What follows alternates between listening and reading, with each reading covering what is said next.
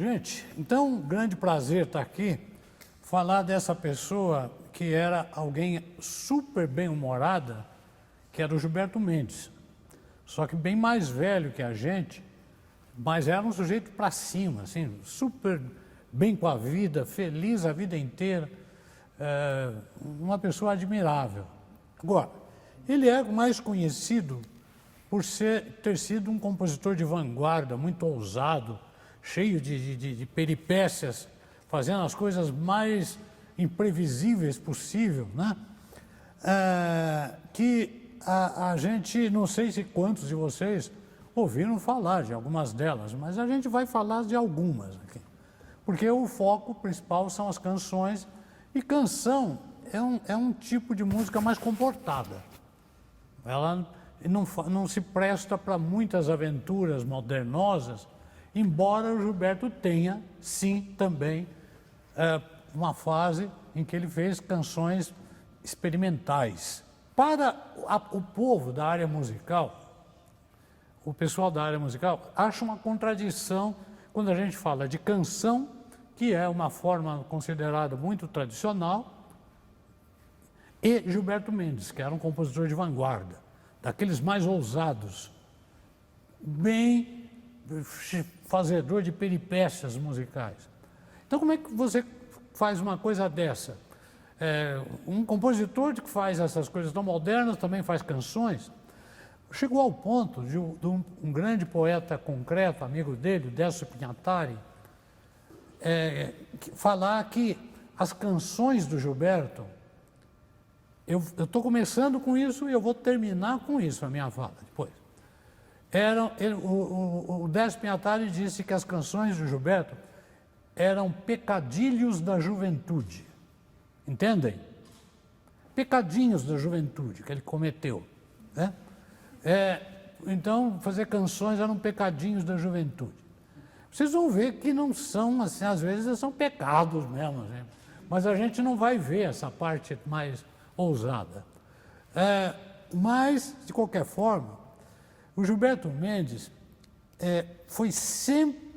teve uma conduta assim, retilínea, quer dizer, sempre fiel e coerente aos seus compromissos estéticos e ideológicos.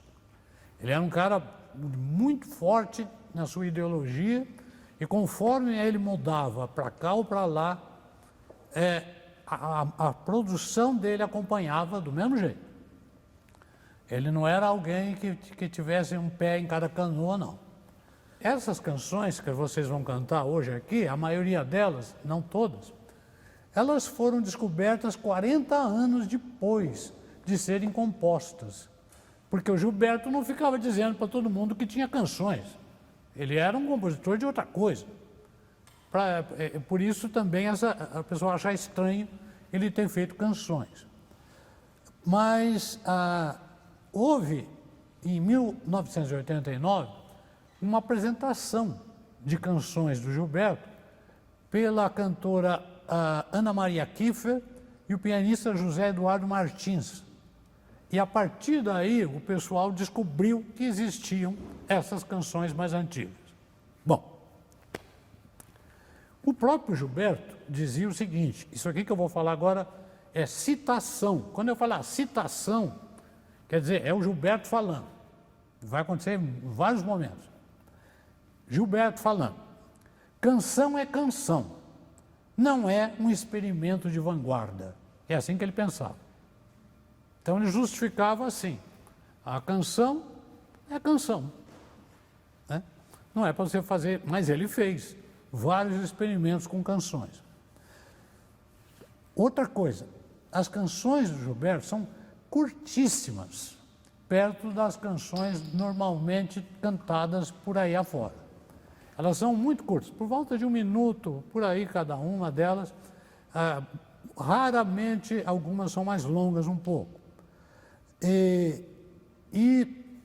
Mas nós vamos poder estudar melhor essas canções, nós vamos dividir a produção dele em 3 fases. A primeira, que é a fase de formação, onde o Gilberto então cometeu os tais pecadilhos de juventude, como todo mundo faz, e vai mais ou menos dos anos 1945 a 57. Ele divide essa primeira fase em dois momentos. A primeira fase, que é de formação, tem dois momentos, por isso que eu chamei de momento e não de frase. O momento cosmopolita, que é esse que a gente está fazendo aqui, e o momento nacionalista, que também a gente vai fazer aqui alguma coisa. A segunda fase é a fase de vanguarda experimental. Aí é o Gilberto doidão, como a turma chamava, assim, aquela coisa de fazer uma música completamente experimental, fazendo coisas as mais inesperadas.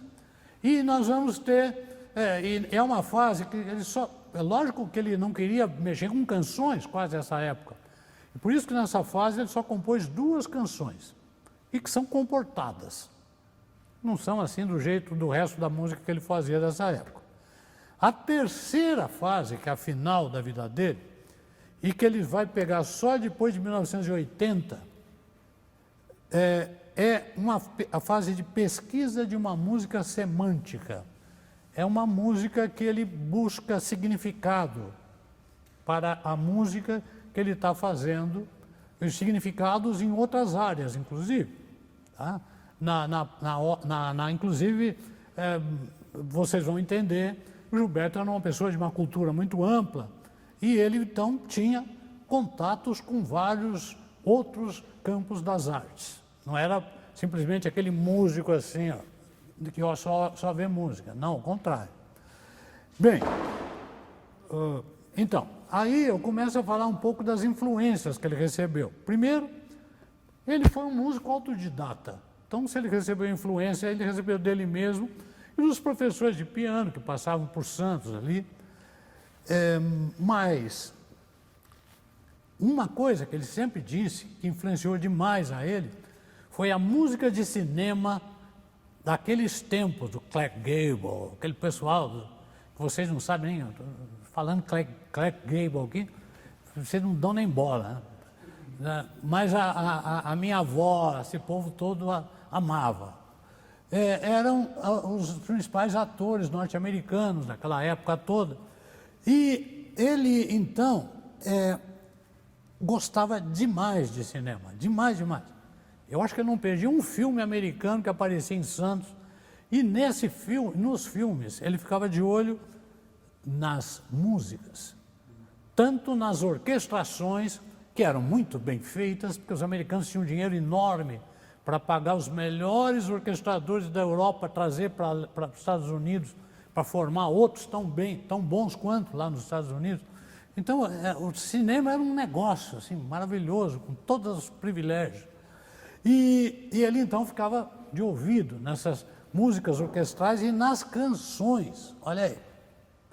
Era muito comum um filme ter canções. Os tais filmes musicais, então, tinham dezenas de canções. Você sai cantando toda hora. Eu mesmo, eu sempre gostei.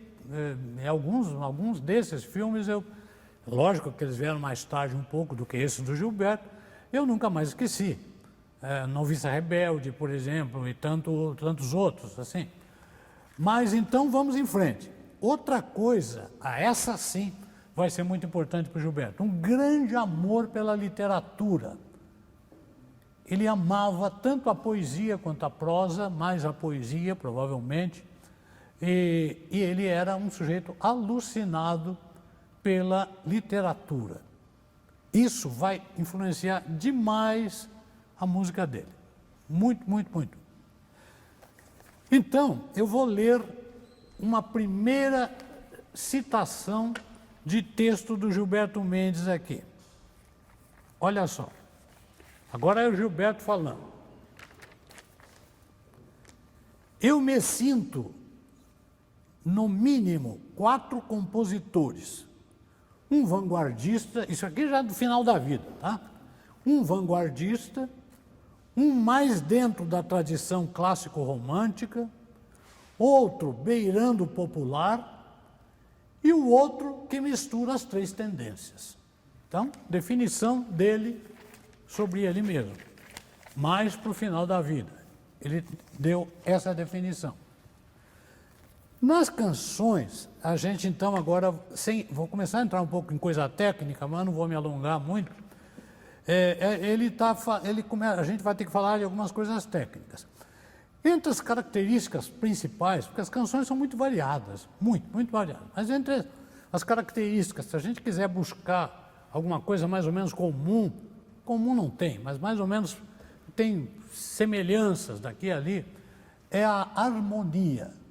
Na harmonia do acompanhamento das canções todas, tem a harmonia como elemento mais ou menos parecido. E que harmonia seria essa? Logicamente, as canções que são seriais, dodecafônicas, que são poucas, essas coisas, não estou falando dessa harmonia. Estou falando da grande parte das canções. É uma harmonia que raramente usa a tríade sozinha. Vocês dificilmente vão encontrar acordes só com 3 notas ali. E principalmente as 3 notas que todo mundo quer ouvir, né? Fundamental, terça e quinta. Essas, então, muito raro. É muito raro vocês ouvirem as tríades em canções de Gilberto Mendes. Mas a presença de dissonâncias está muito frequente, é muito frequente. De onde que ele tirou isso? De Debussy, Bartók e da música de jazz. Tem muita influência da música de jazz, que também tem influência da música francesa, né? E é também muito próximo, em algumas canções, aquela harmonia da bossa nova, que vocês praticamente hoje quase não escutam mais, mas que também vem um pouco daí. O Gilberto poderia ser considerado até uma espécie de precursor daquela harmonia da bossa nova, porque ele começa fazendo isso antes da bossa nova. Então, para quem quiser entrar por aí, também pode ser. Agora, pouco a pouco, mais tarde, quando ele descobriu o minimalismo, todo mundo já ouviu falar em música minimalista, ele vai começar a usar muito a repetição de acordes. Lógico, a música minimalista tem muitas coisas, repetição de acordes, e isso vai continuar na produção dele até bem no final da vida. Agora, os acordes, em geral, não reforçavam a direção harmônica, quer dizer, não tinham assim, não eram acordes que tinham a finalidade de resolver dissonâncias. Eles iam para cá, mas não eram resolvidos da forma que se esperava. Então, não eram acordes que reforçavam as direções da música. Era uma sonoridade, em geral, mais estática, mais ou menos paradona, assim, que de dissonância para dissonância e tal, ir para outra dissonância, e sem precisar ficar resolvendo acorde, e as pessoas, porque tem muita gente que se não resolver acorde nem respira. Termina o recital, tem um ataque. Né? Então, mas isso já não é mais assim. A gente se acostuma com as dissonâncias, como o Gilberto se acostumou também. Bem, e deixa eu ver o que mais aqui. Outra coisa, as canções raramente se preocupam em começar e terminar na mesma tonalidade. Tá nem aí. Às vezes até vai, mas nem sempre vai. E nem sempre terminam com consonâncias também. Às vezes terminam também com alguma dissonância lá, que termina com a dissonância e pronto. E acabou assim mesmo. Bom, agora, uma coisa importante, muito sutil, porém, não é como na música da Renascença, por aí, ele de vez em quando faz alguns reforços semânticos. O que é isso? É você tentar, através da música, tornar um elemento do texto mais semelhante ao que está sendo feito com a música. Tá? é um reforço semântico. Nós vamos de vez em quando mostrar em alguns casos, vocês vão entender claramente o que é. Mas é um uso econômico, não é aquela hora, toda hora fazendo isso não. As formas musicais, uma variedade absoluta, tem de tudo quanto é tipo. Presença numerosa, isso é interessante, de poetas de santos, ele usa para fazer as suas músicas. Ou seja, um sujeito que estava muito vinculado à sua própria terra. E esses poetas de santos nem sempre são famosos, não. Era gente que tomava uma cervejinha com ele no bar, amigos e tal, algumas mulheres, inclusive, aí começam a aparecer mulheres, poetas, e é sempre uma música, um espaço importante para ele. Ele era alguém que tinha uma origem clara e não negava, e orgulhava-se de ser um santista de corpo e alma. A gente começará com a mais antiga das canções, que é o Episódio, que é de 1949. Essa canção só é antecedida por uma peça para piano. Então, no catálogo, ele reconhece que seria a segunda composição dele. Ela usa algumas coisas meio surpreendentes para quem está querendo ouvir Gilberto Mendes. No começo, na parte de piano, vai ter uma passagem que a gente vê o ciclo de quintas ali. Isso é uma coisa que não se espera de um compositor como Gilberto Mendes, mas é claro, isso aqui é o Gilberto Mendes antigo. A harmonia, esse tipo de harmonia que predomina aqui, é também chamada de harmonia francesa. O acompanhamento tem atividade rítmica com eventuais ritmos sincopados, imagina. Em 49, a gente estava em pleno nacionalismo musical no Brasil. Eu queria ler, então, uma citação do próprio compositor. Curiosamente, minha canção Episódio tem caráter brasileiro e foi composta quando eu ainda não estava cismado com os problemas levantados pelo ensaio de Mário de Andrade. Comento daqui a pouco. Episódio tem a alma brasileira de Villa-Lobos, fabuloso compositor que eu sei que me influenciou, mas não sei bem explicar como. Ensaio de Mário de Andrade é o principal, é a Bíblia dos nacionalistas, mas ele não é por isso que ele está usando elementos do nacionalismo musical. Vamos lá.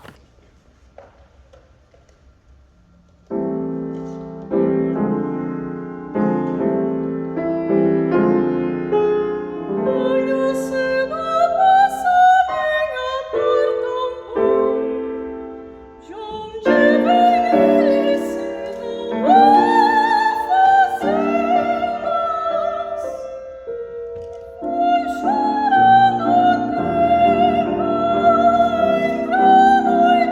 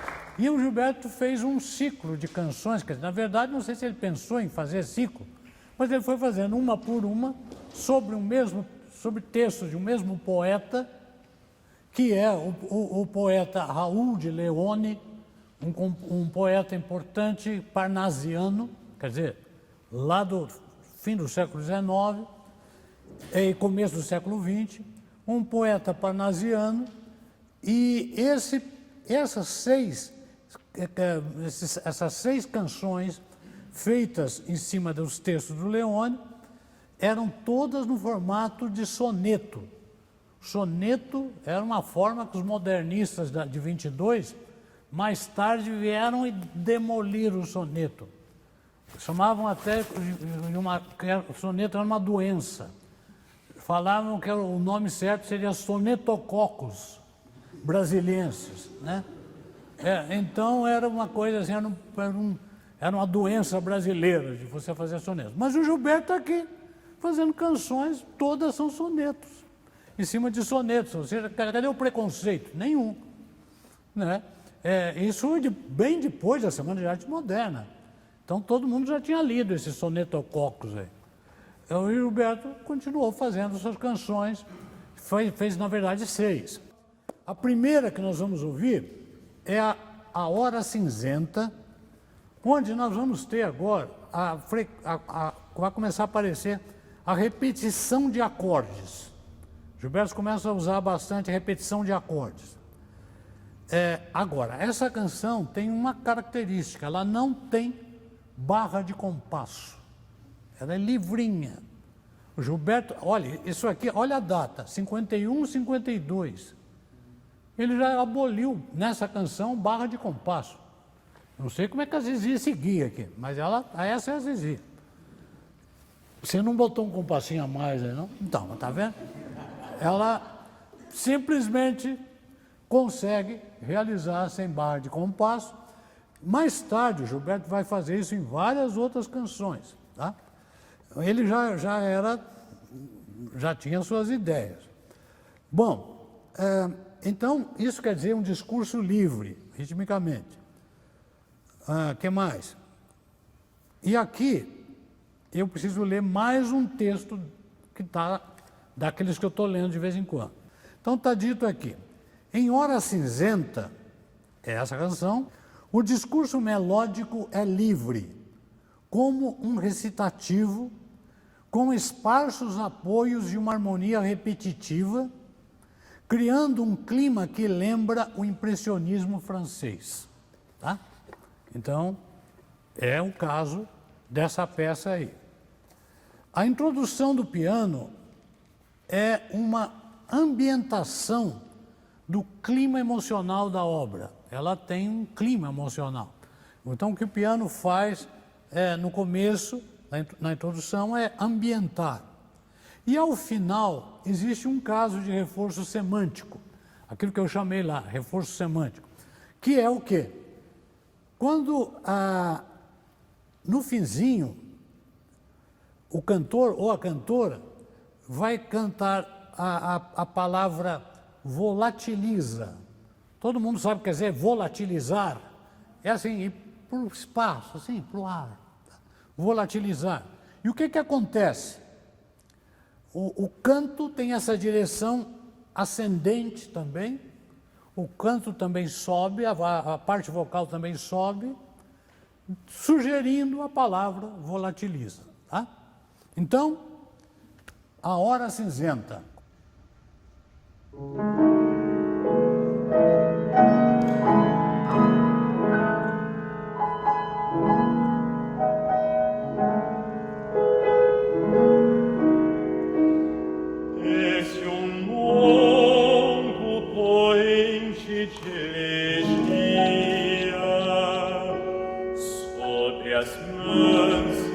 Paisagens resignadas,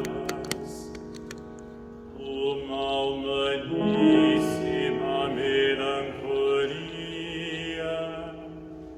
embalsama as distâncias desoladas.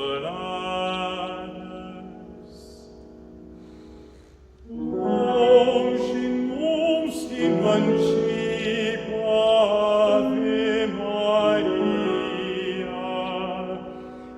abençoa a alma enxerga das estradas. Andam surtinas de anjos e de fadas na penumbra nostálgica macia. Espiritualidades comoventes sobem da terra triste em reticência pela tarde sonâmbula e imprecisa.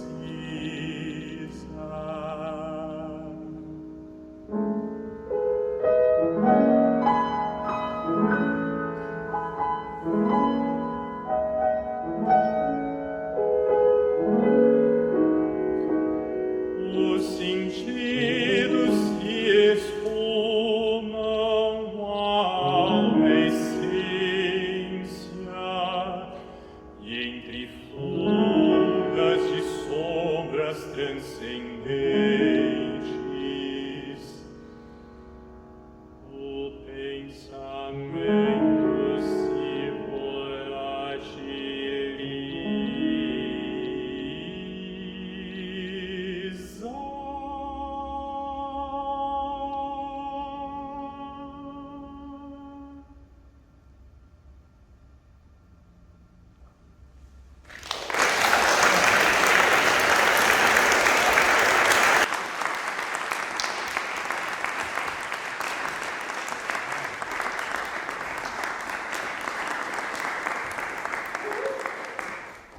Ingratidão. Novamente, nós temos um acompanhamento transparente de novo, mais ou menos esse mesmo caráter da música francesa, e é um acompanhamento muito mais melódico que harmônico, ou seja, é uma harmonia arpejada, né? Não é aquela harmonia de acordes assim, acordes arpejados. E uma coisa rara, no final termina com um acorde consonante tonal, né? Nesse contexto aqui é uma coisa relativamente rara. Essa semelhança com a música francesa se justifica e também justifica o fato de o Gilberto chamar essa fase dele de fase cosmopolita, quer dizer, uma fase que não está preocupado com o Brasil, assim com os demais países do mundo, tá? Então, é essa fase cosmopolita. Nunca mais me esqueci, eu era criança, que meu velho quintal ao sol nascente, batei com minha mão no tinha dança, uma linda mendoeira adolescente. Era mais forte, lá e tinha mais esperança, desceu crescer e aos poucos suavemente pendeu os ramos sobre o muro em frente e foi frutificar na vizinhança.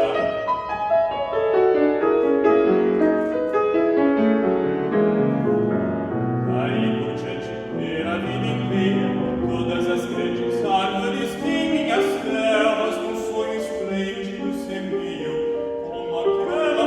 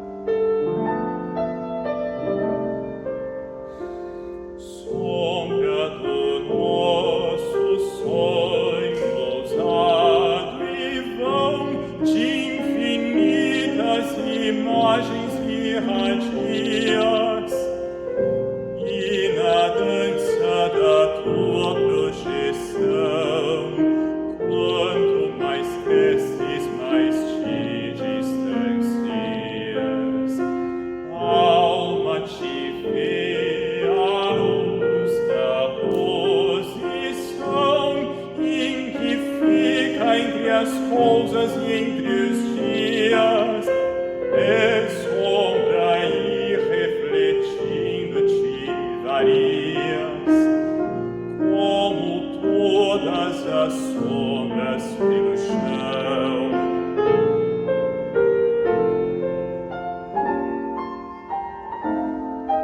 O homem não te atingiu na vida instável, porque te embaraçou na filigrana de ideal metafísico e divino, e te busca na selva impraticável, oh bela adormecida d'alma humana, trevo de 4 folhas do destino.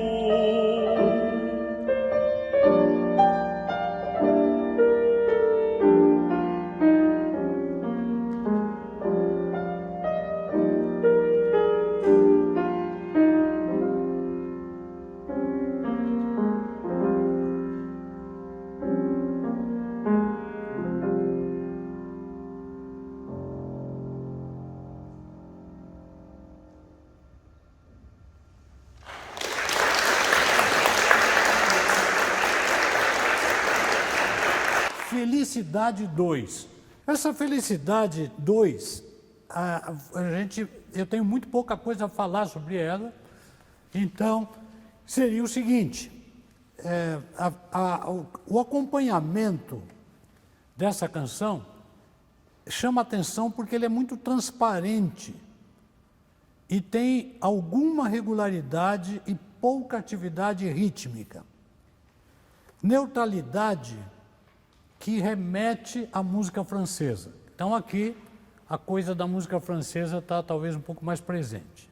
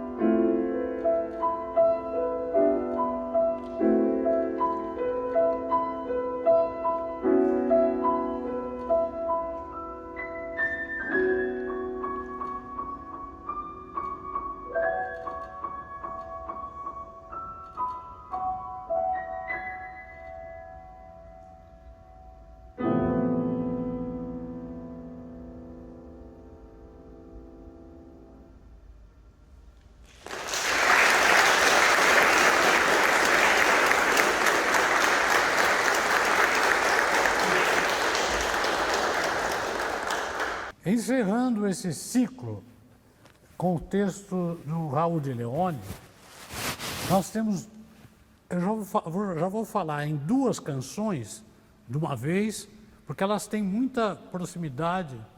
As duas canções têm aspectos comuns.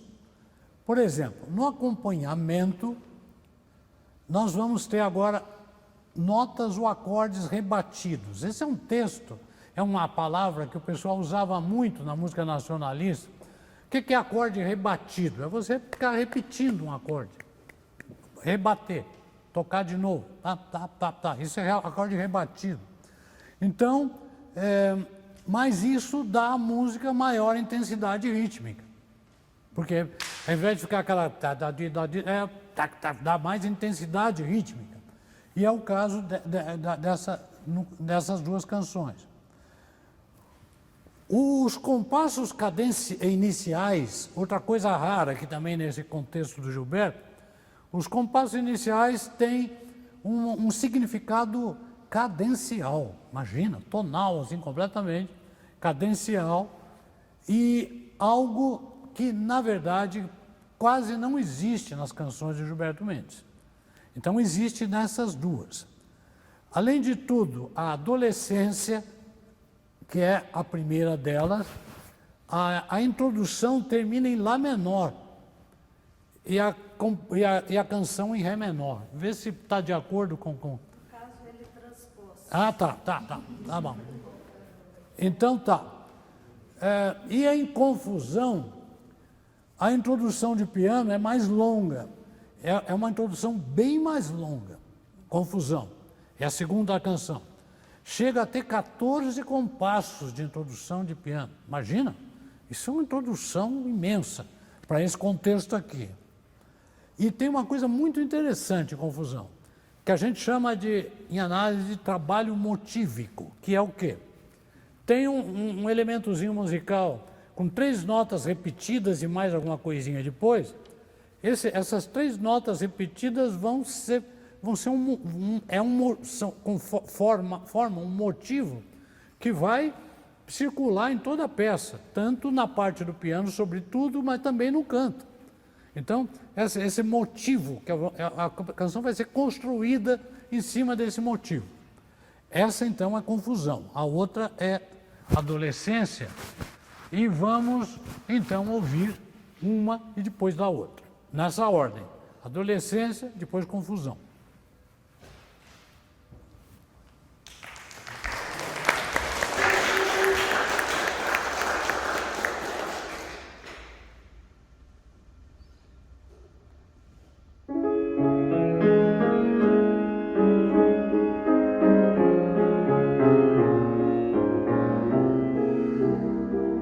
Eu era uma face, eu nasci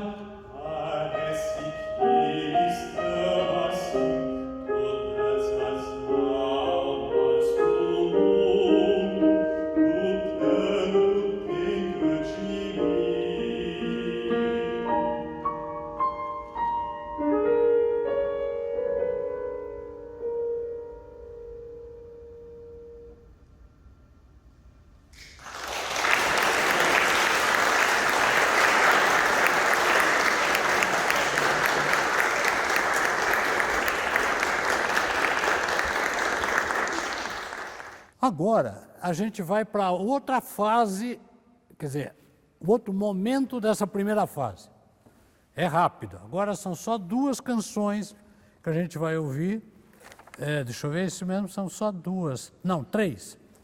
Dessas canções, o outro momento dessa fase inicial, que é um momento nacionalista. Nacionalista, para Gilberto, põe entre aspas, né? Tá?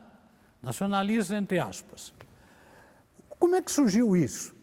Acontece que a história é complexa, eu não vou entrar em tantos detalhes, mas havia os compositores que tinham, ou músicos do mundo inteiro, que tinham uma tendência mais para a esquerda, vamos chamar assim politicamente, eram conhecidos como compositores progressistas. Tá? E houve um congresso em Praga, na Tchecoslováquia, país que nem existe mais, com esse nome, foi o Congresso de Compositores Progressistas, onde foi discutida a questão dessa música muito moderna como é que fica o povo, os operários, essa música não se comunica com os operários, que solução tem isso? Se vocês ficam fazendo essa música dodecafônica, essas coisas todas, como é que o pessoal que é mais simples, como é que vai assimilar esse tipo de música? E aí era uma época complicada politicamente, porque na Rússia quem comandava tudo era um ditador terrível, que era o Stalin, um sujeito difícil, mas tinha muita gente de esquerda em tudo quanto é lugar, do Brasil inclusive, e o Gilberto, por exemplo. Mas a gente não pode associar também as atrocidades que o Stalin fazia lá com os bons interesses do Gilberto. O Gilberto era um sujeito do bem, mas essas coisas de política são complexas, como vocês estão vivendo atualmente e vendo como são. Tá? Então, o que acontece é que houve um tal manifesto Zhdanov. Zhdanov era um funcionário do Stalin que fez um manifesto proibindo os compositores progressistas de usarem dodecafonismo e essas coisas modernosas, assim. E que os compositores que continuassem nessa linha, que quisessem mudar de linha, tinham que procurar uma música que fosse mais próxima à música do povo dos seus países. Bem, que mudanças, então, o Gilberto resolveu fazer das músicas dele?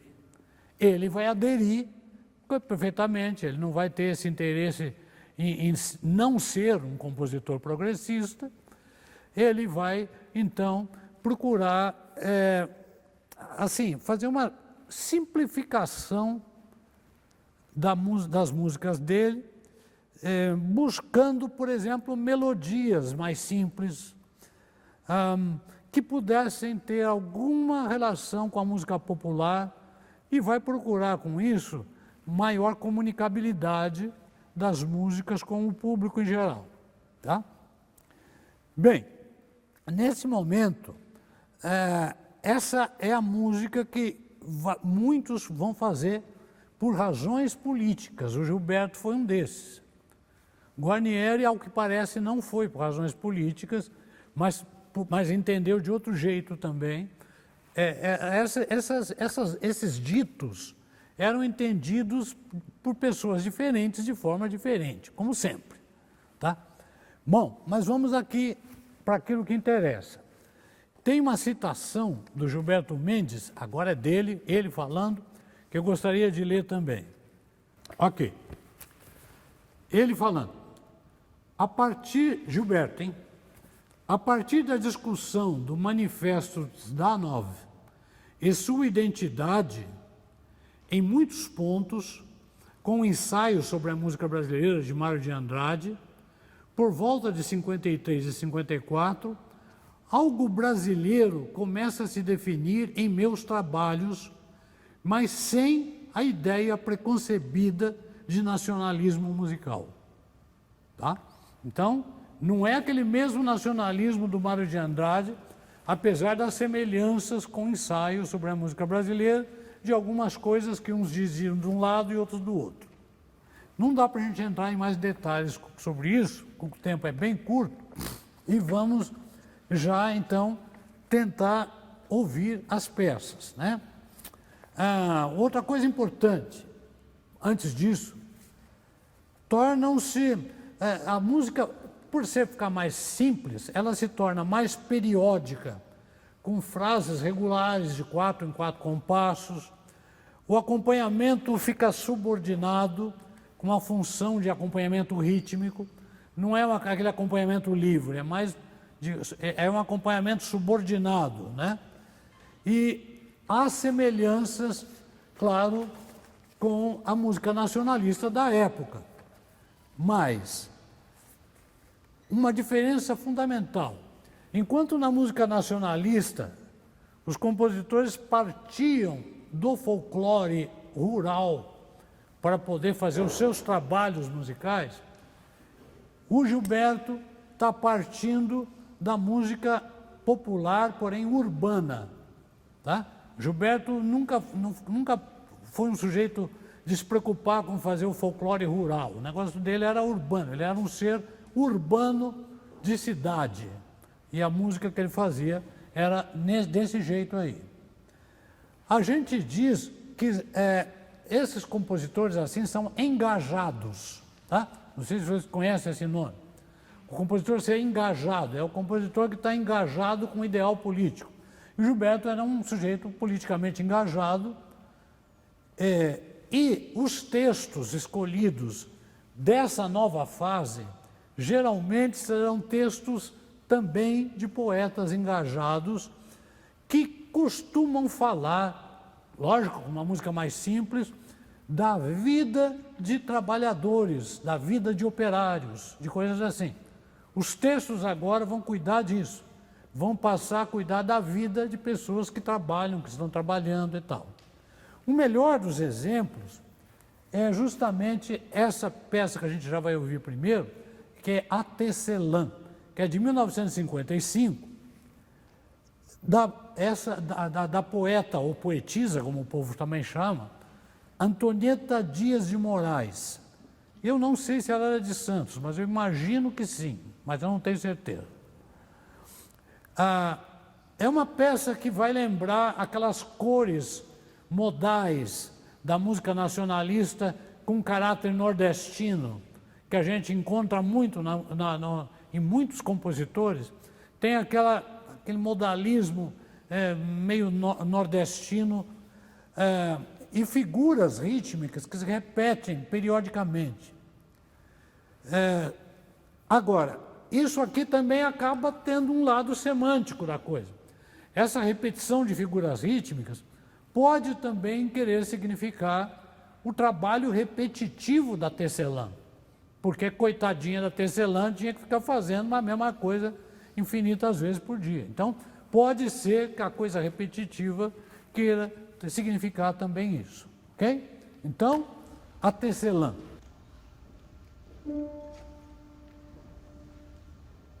Oh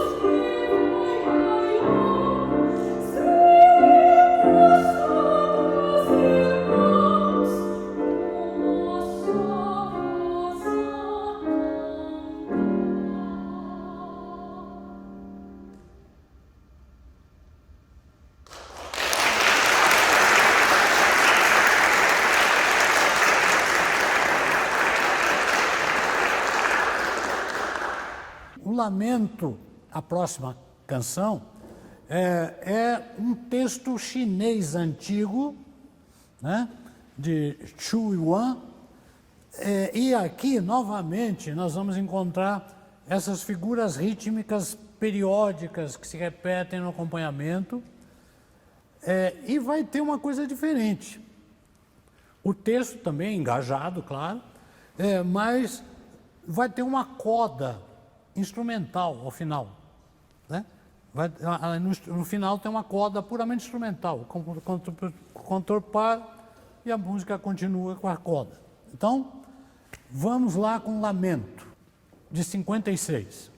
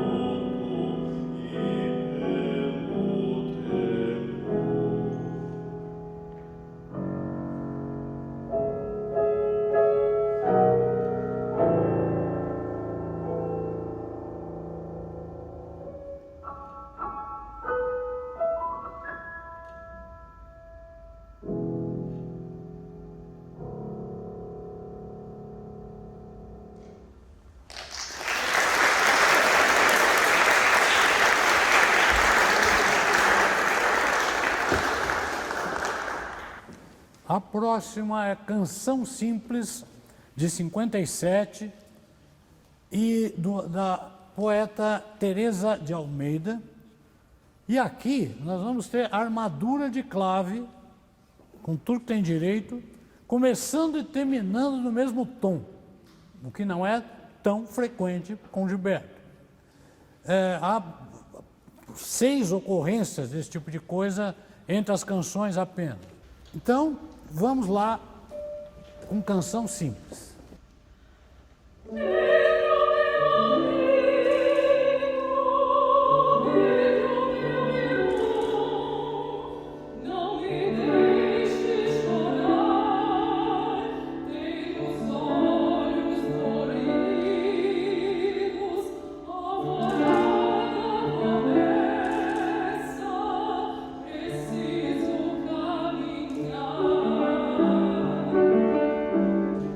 Sono un genio,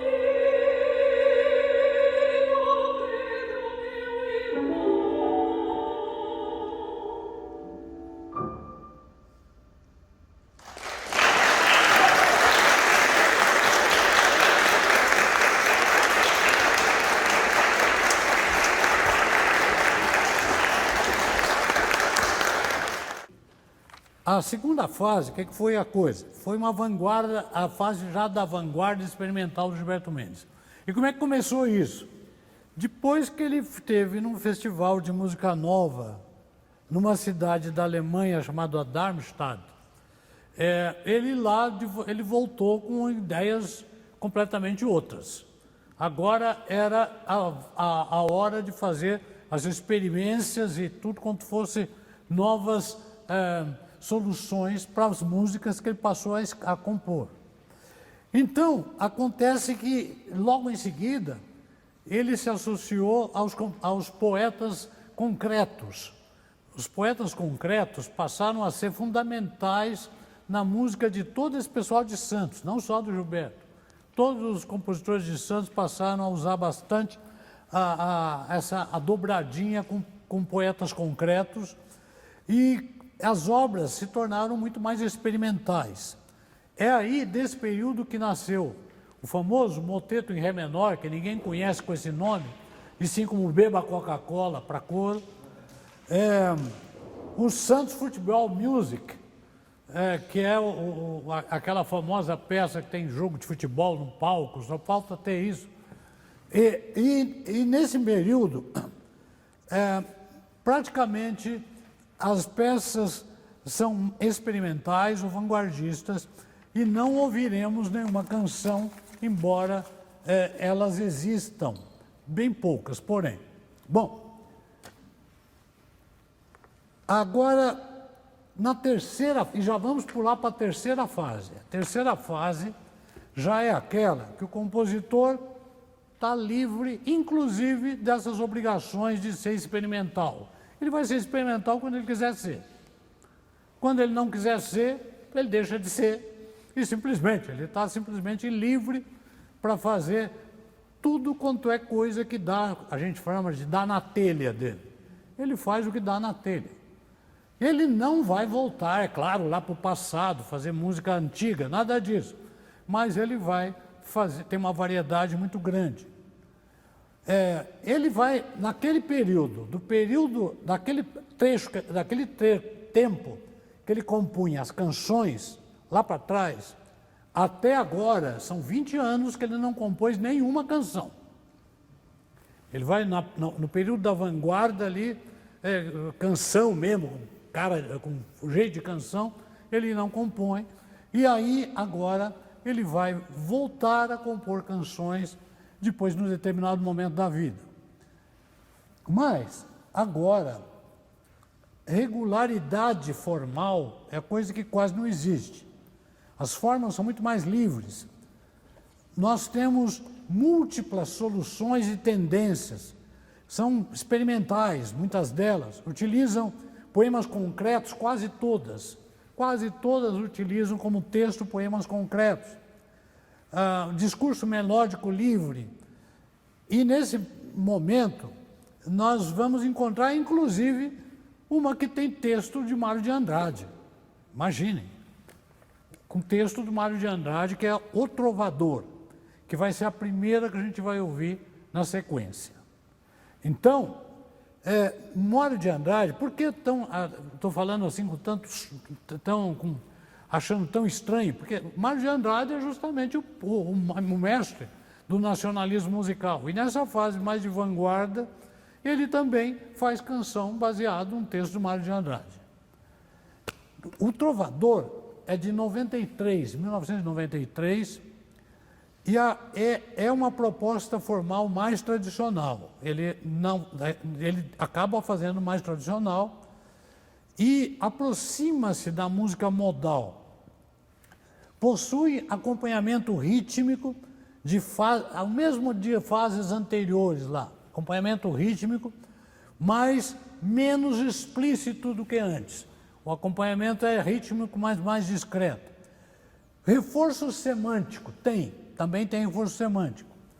Os arpejos que o piano faz ao final acontecem quando o texto fala: sou um tupi tangendo um alaúde.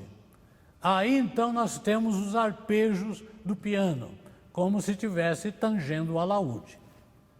Então, O Trovador.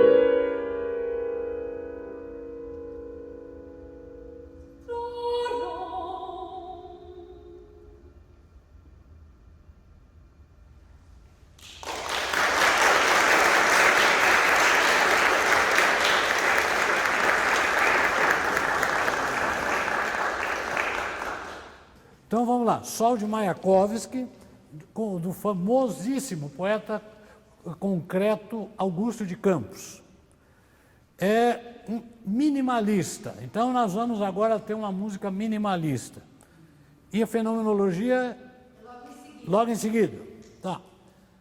É do poeta José Paulo Paes, também poema concreto, minimalista também, e que tende já à atonalidade. Então, ambos.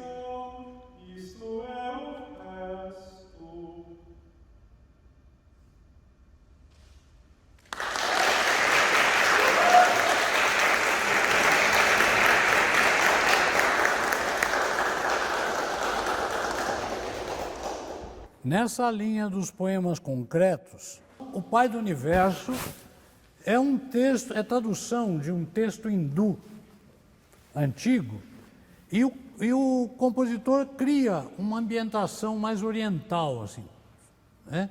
Não é uma coisa tão exótica, porém, mas ele cria uma ambientação mais oriental, é minimalista, mas sugere a música do Oriente, dá uma sugestão de música do Oriente.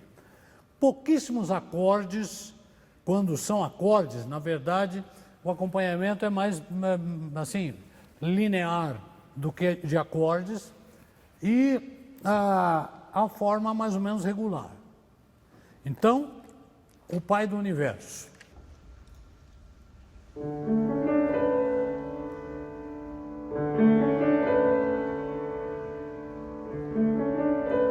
Eu sou o Pai do Universo, sou a Mãe do amor e a paz, sou o Jesus o amor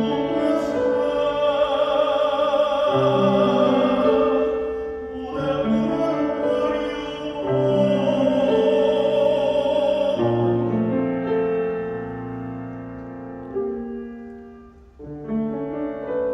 eu sou também os reis delas, sou a luz do Senhor, o Senhor.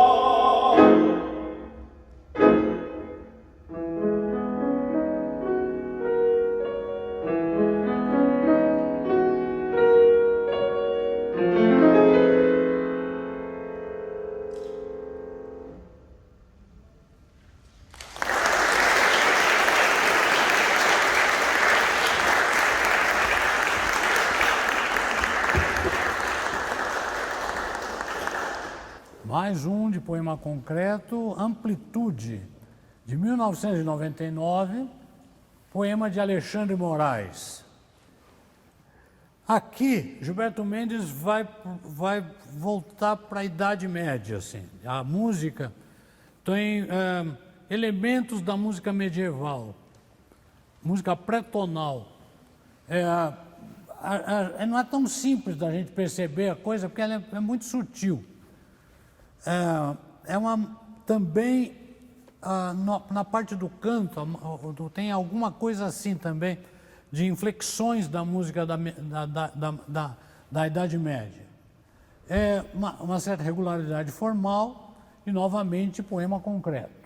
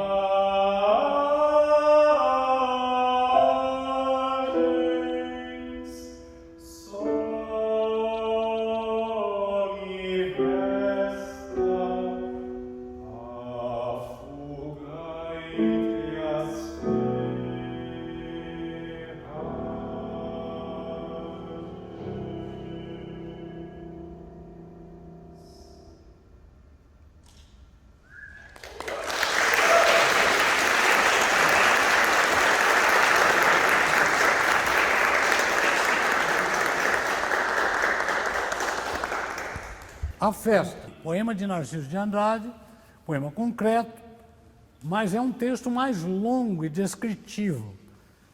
Descreve assim, o que seria os restos de uma festa. O acompanhamento melódico repetitivo, sugerindo um minimalismo assim, possível. Poucos acordes.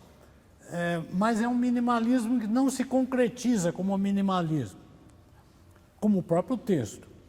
A sonoridade está mais próxima à música popular, como a harmonia, por exemplo, a parte do piano, aquele tipo de piano de quem está numa festa, acompanhando alguém, tocando música numa festa.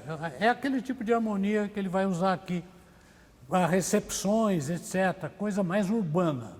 Ok? Então, a festa.